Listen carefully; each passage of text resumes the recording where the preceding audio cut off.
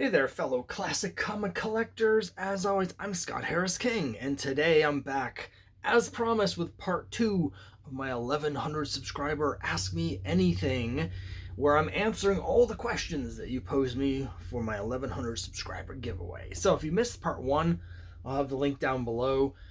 But let's just jump right into the questions here in part 2. Now, you may remember if you watched the last one, there was a question I skipped. I wanted to just refresh my memory because I thought it was going to be complicated. And it sort of is. And it sort of isn't as complicated as it should be. And that is a question from Charles Hickey. Thank you for the question, Charles, and your support. I really appreciate it. Would you explain the relationship between Doctor Strange and Juggernaut?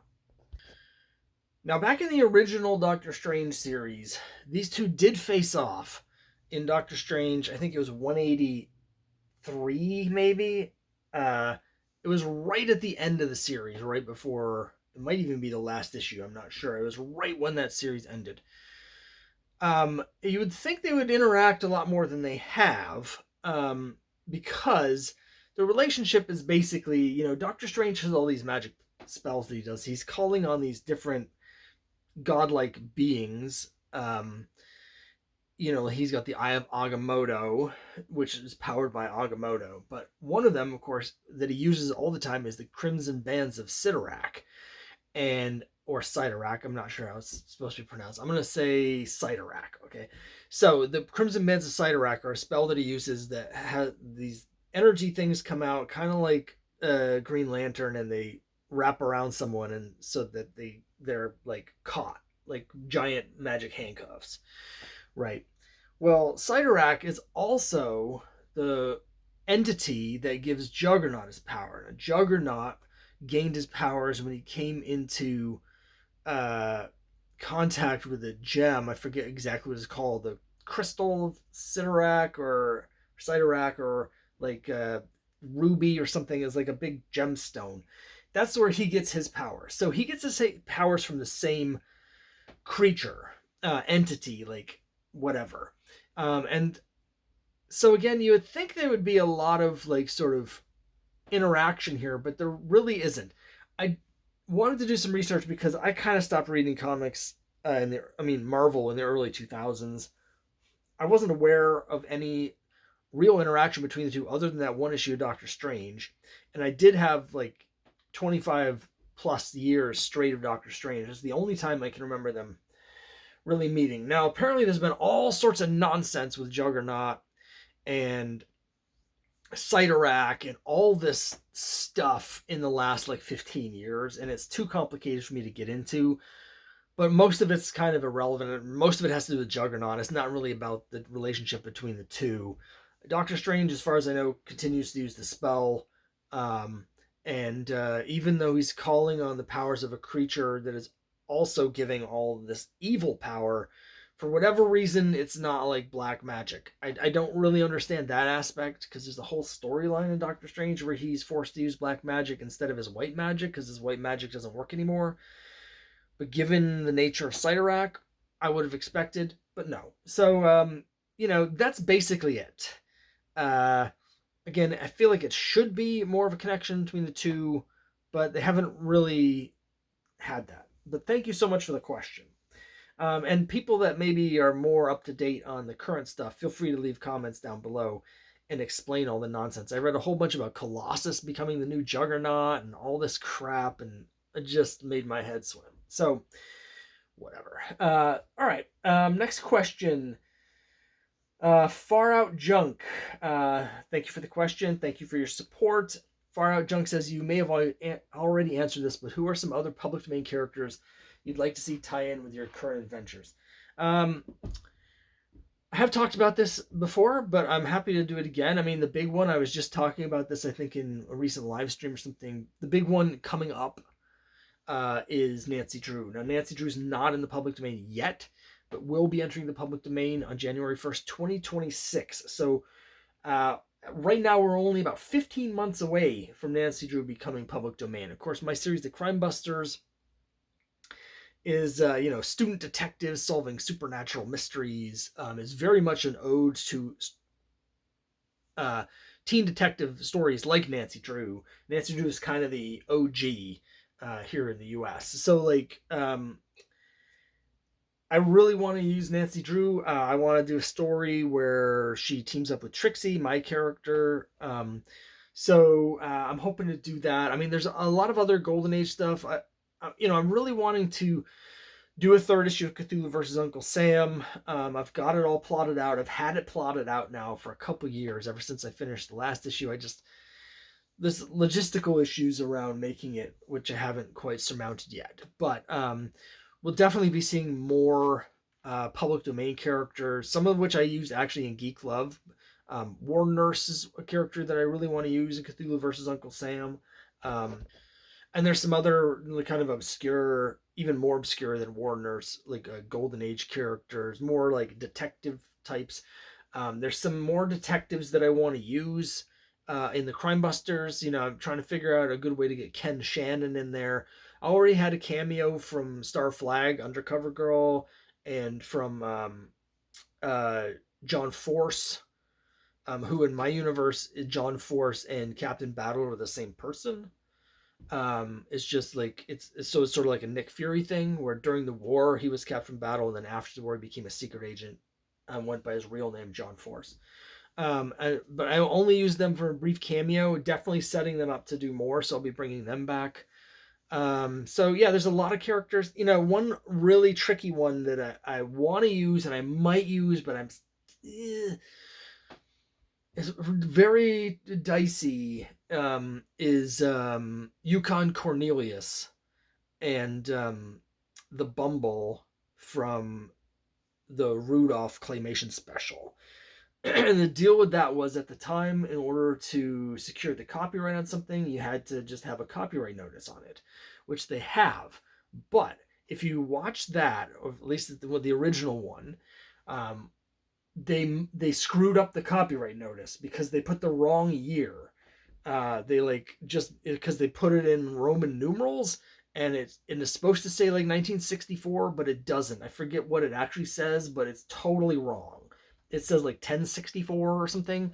So like it's wrong. And so because of that, technically, that was never copyrighted. And so it was in the public domain immediately. It gets really tricky because it's a real technicality. Plus, the companies have heavily trademarked everything. I've been looking for other examples of people that have used these characters and really haven't found much. There was an artist who did a whole series of like homoerotic paintings with Yukon Cornelius and Bumble, where the two are in a relationship. But that's the sort of thing where that would have been covered, I think, by fair use sort of parody stuff for the art world anyway. So it's not really like I always try and find other high profile or any kind of examples I can of someone successfully using a character in public domain before I do, because I want to cover my bases, right? But this is one where it might be too dicey, but I might use them anyway. I don't know. I haven't decided. I've got a story, Cthulhu versus Uncle Sam story, that I really want to put Yukon Cornelius in. And it's basically Uncle Sam in at the Mountains of Madness, but I'm going to have Yukon Cornelius in it. So anyway, I don't know if I'll ever be able to do that or get around to doing it, but those are just some of the characters I would like to use. But thank you so much for your question. I really appreciate it. Lead Paint asks, what's interesting on the bookshelf behind me? Well, there it is there. What's interesting on it? Well, good question. So there's a lot of books on it, and a lot of books about comics, and a lot of collections. A lot of like trades and essentials and stuff like that. I've also got the top shelf and a half are Bernard Cornwell books. So all the Sharps novels and stuff like that. I'm a really big fan of Bernard Cornwell, particularly when I was younger. He's got a couple of quirks in his writing that I don't really love, but for the most part, I really like his stuff. And sort of that interest in the historical, military historical fiction got me into actual military history. So I've got a couple shelves of military histories, biographies of important leaders and generals. I've got like a George C. Marshall biography. I've got Omar Bradley's biography. A lot of World War II stuff, a lot of Civil War stuff, but also a lot of books from John Keegan, who's a historian. I tried to find like one volume histories of like all the different major wars that the United States was in, just so I could get a basic understanding of the events, and that was a mixed bag. But I haven't read any of those in a long time, but I still have them here. I've got a stack of the here. I've shown it a number of times. Those are the TSR Endless Quest books. This is probably the most interesting thing over here. It's a Japanese Space Battleship Yamato, aka Star Blazers animation cell collection. So it's got a lot of like, so you have these like reproduction animation cells. So you can see like it's got there's the moon, and then on the transparency we've got the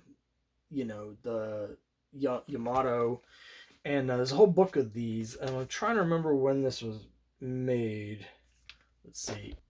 I didn't think I was going to be able to figure out when it was made because it's all in Japanese, but actually right at the beginning they have the 1983 fold-out calendar here. So anyway, that's probably the coolest thing on the shelf. But I do have some other cool things, and of course we have the hideous mug as always up here on the top. But thanks for asking. I appreciate the question. Guillaume Barnaby asks, do you have any Predator comics in the... No, I don't own anything from Predator. I had a couple. Well, okay, let me backtrack. I do have a couple issues of Archie versus Predator. I used to have the whole series, and then it just wasn't for me.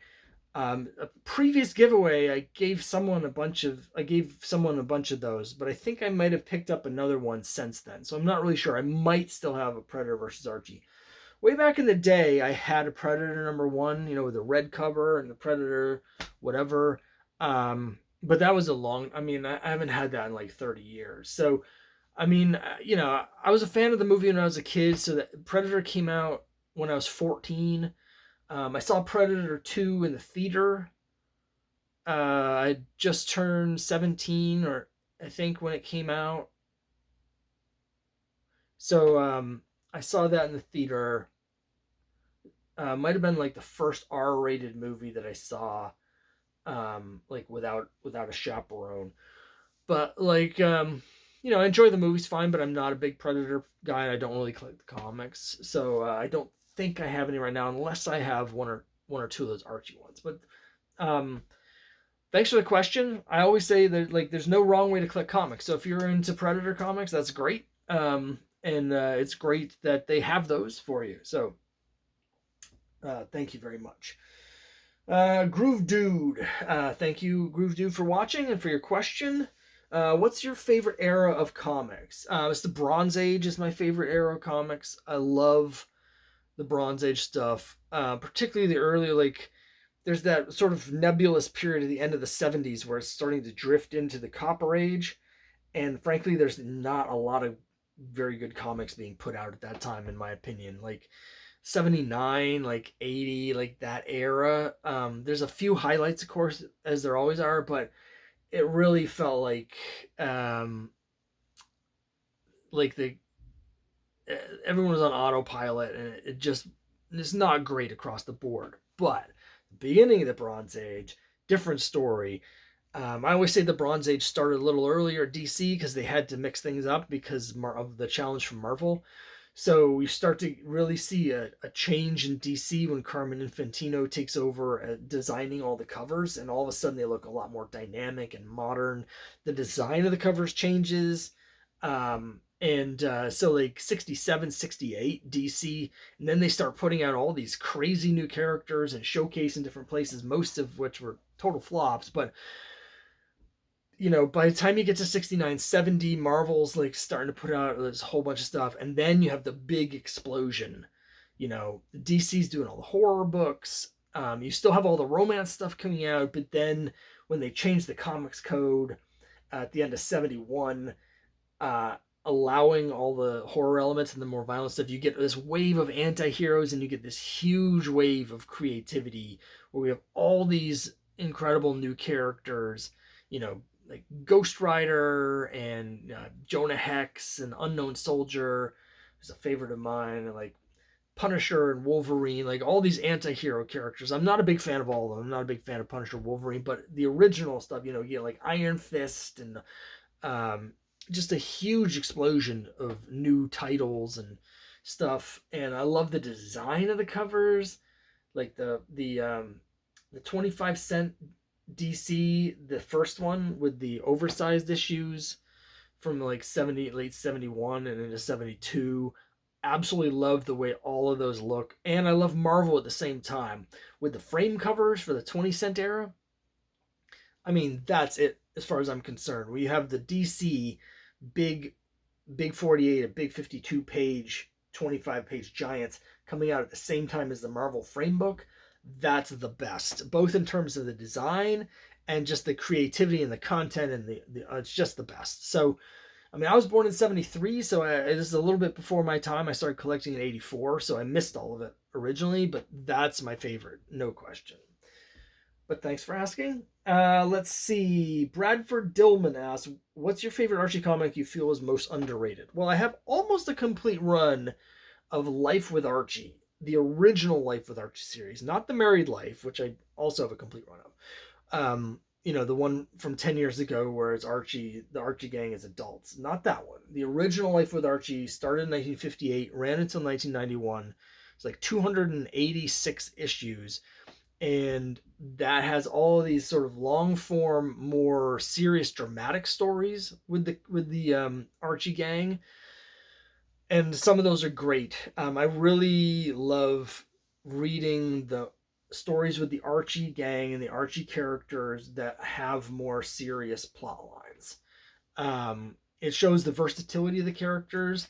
You know, I mean, I like the regular ones. Obviously, some of them are really fun and funny, but they're also get formulaic. And so, particularly in the 70s when they were putting out so much stuff, and a lot of their humor stuff was sort of mediocre.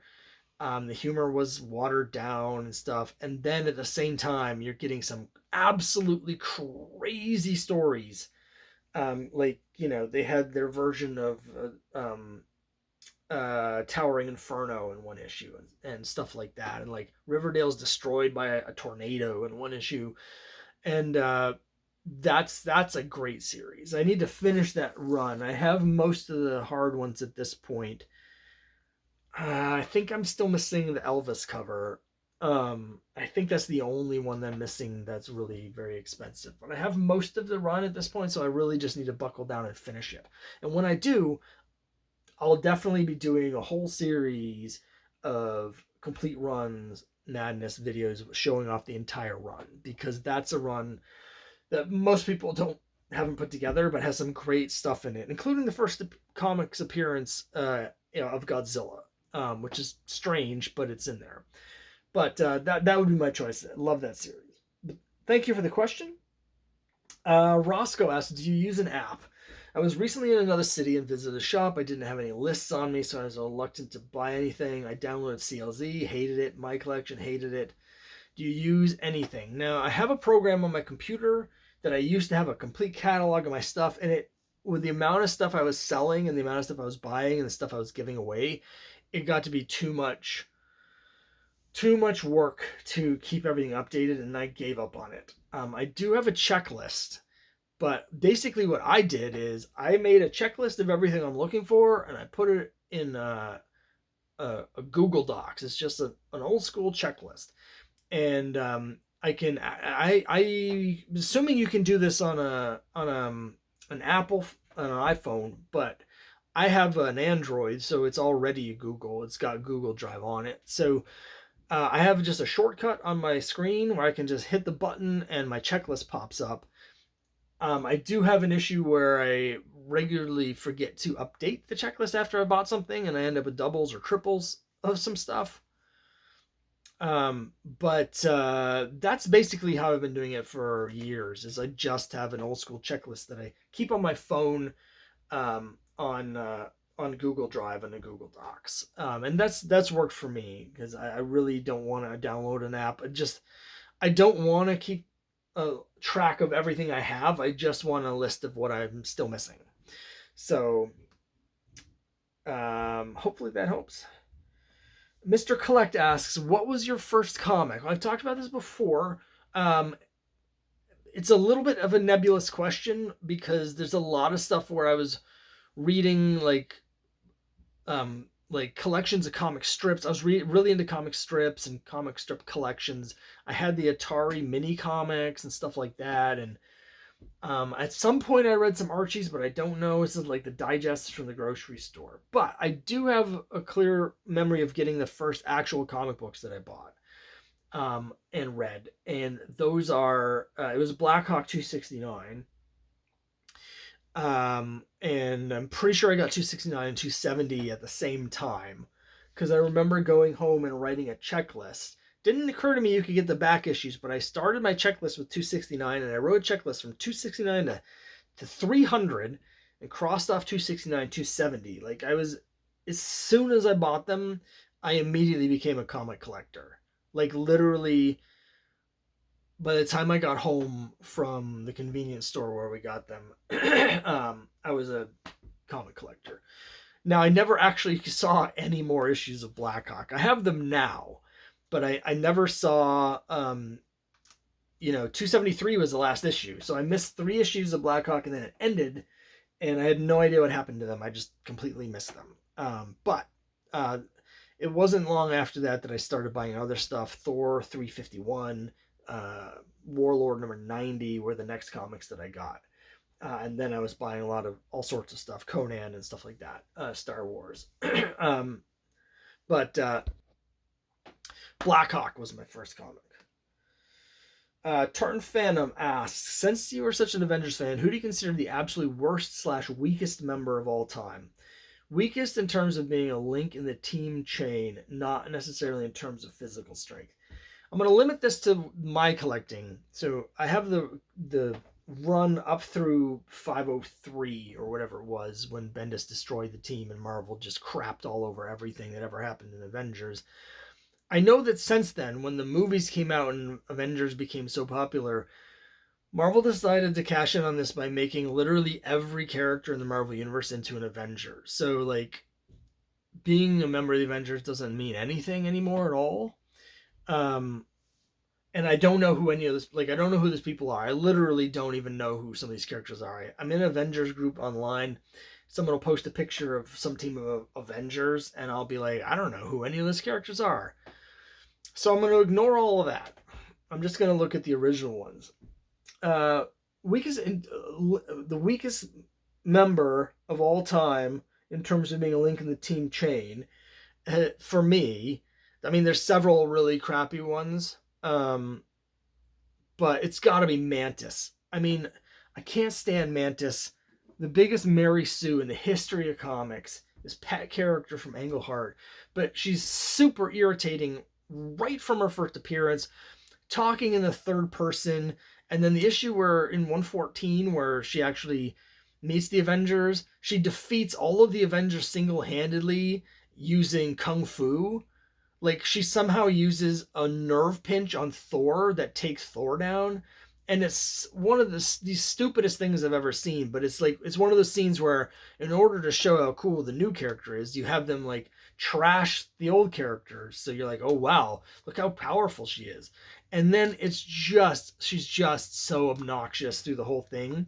And then Englehart keeps bringing her back, not just to Avengers, but also to Justice League and every other title that he ever does, consistently ruining every run that she appears in. So, just a terrible, terrible character. The only good thing about Mantis is just that the original storyline, she was involved with the swordsman, and we got a really good story with the original swordsman trying to sort of redeem himself and then sacrificing himself and dying a hero.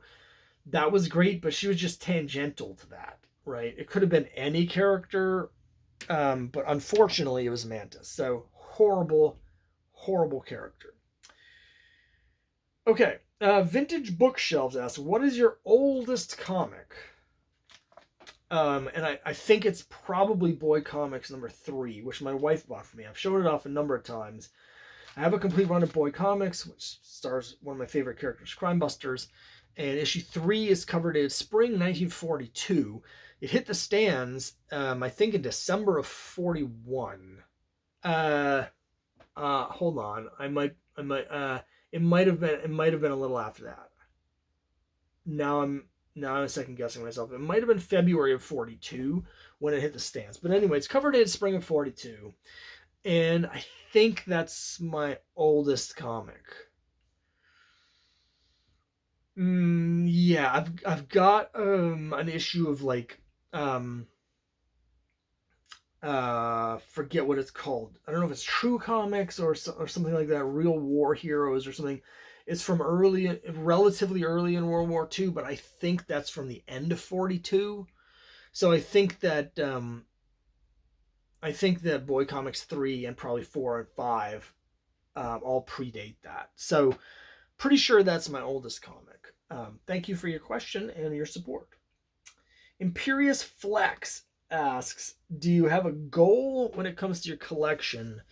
If so, what is it?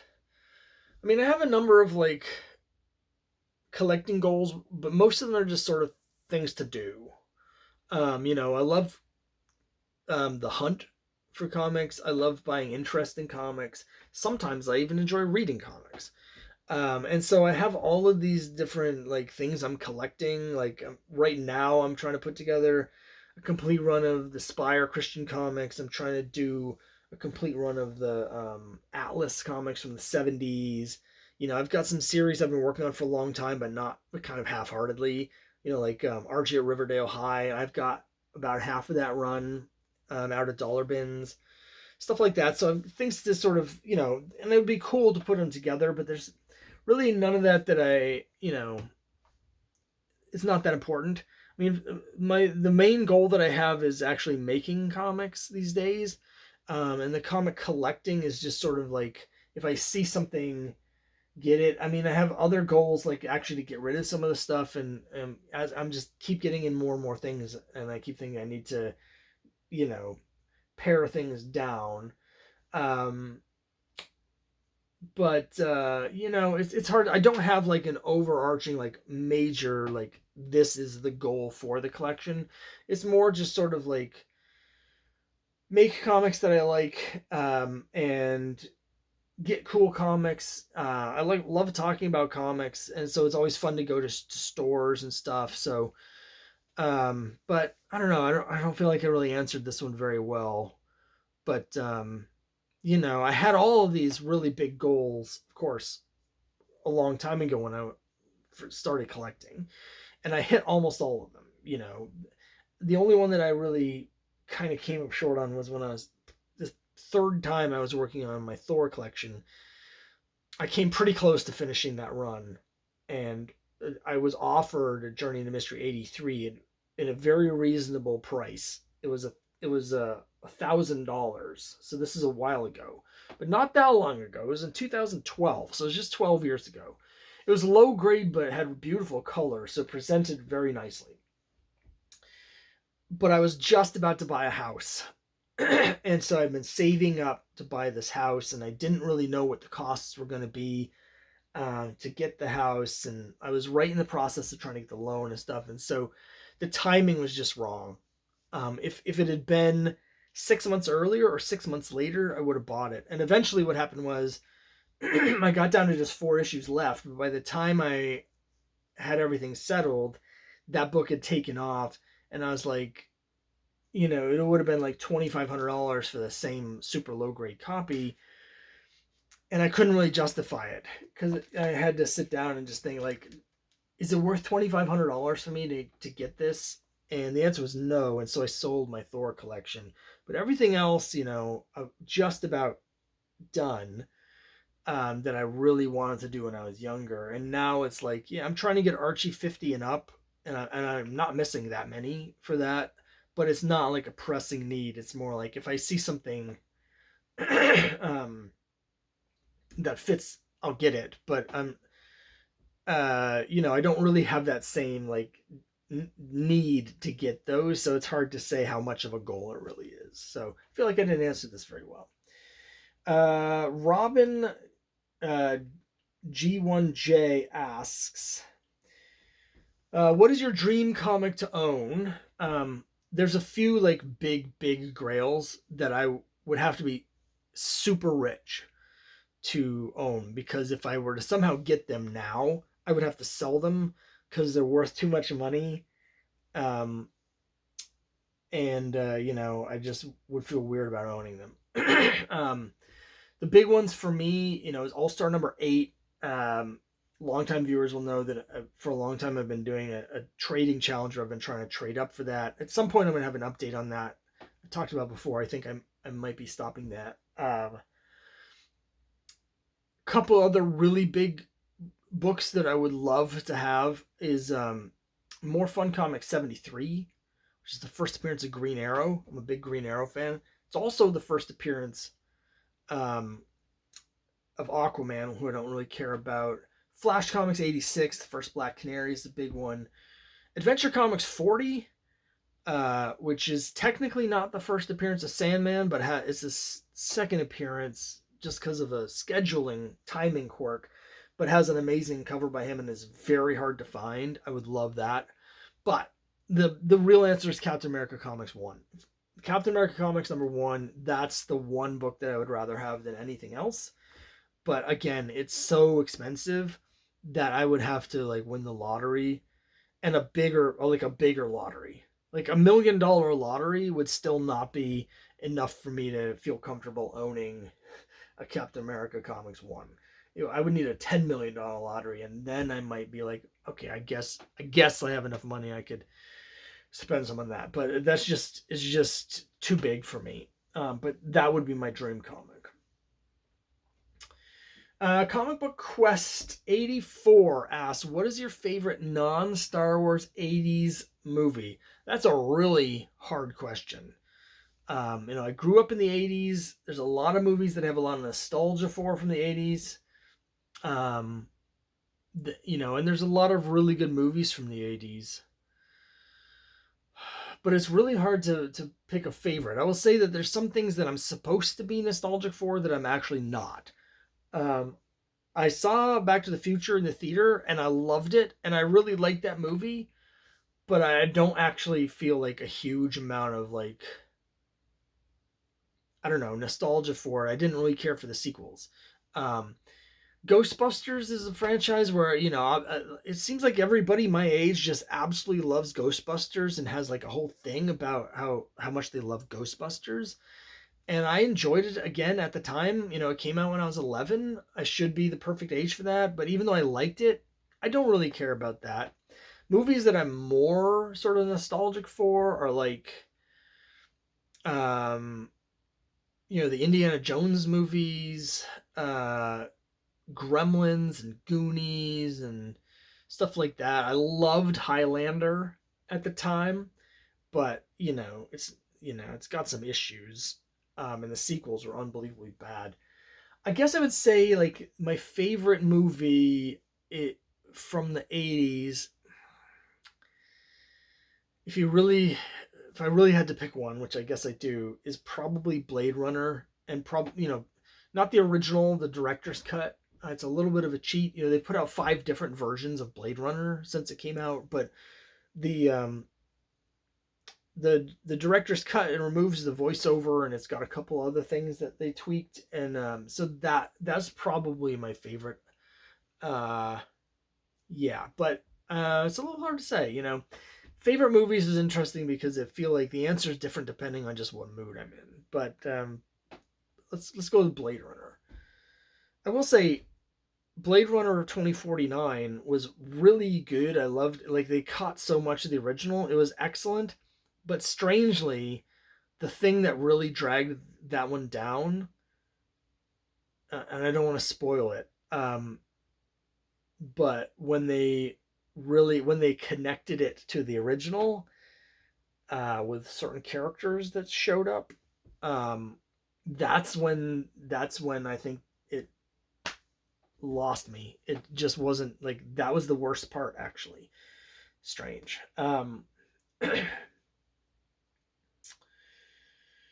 MRP asks a tough question. A tough question. Every collector has a regret. A book they saw in the wild but did not pull the trigger on. A book they parted with but decided they wanted, can never get back. What's your biggest collector's regret? Well, I just mentioned the Journey into Mystery 83 that I almost bought, but I didn't feel like I had the money for. The other one that I've mentioned a lot is I went to a convention where I didn't have any money. I only had a $20 bill. And I'll say, don't ever do this.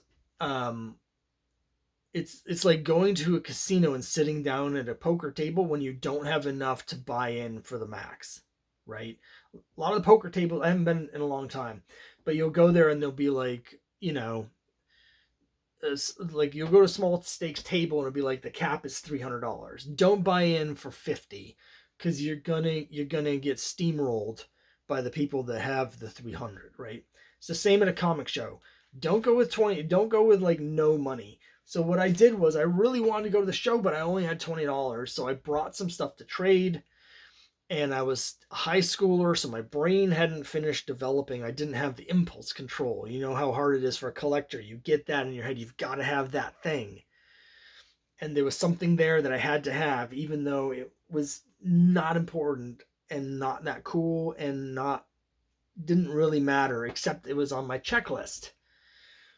And so in order to get it, and it was worth nothing, I traded away my Fantastic Four #5 for almost nothing.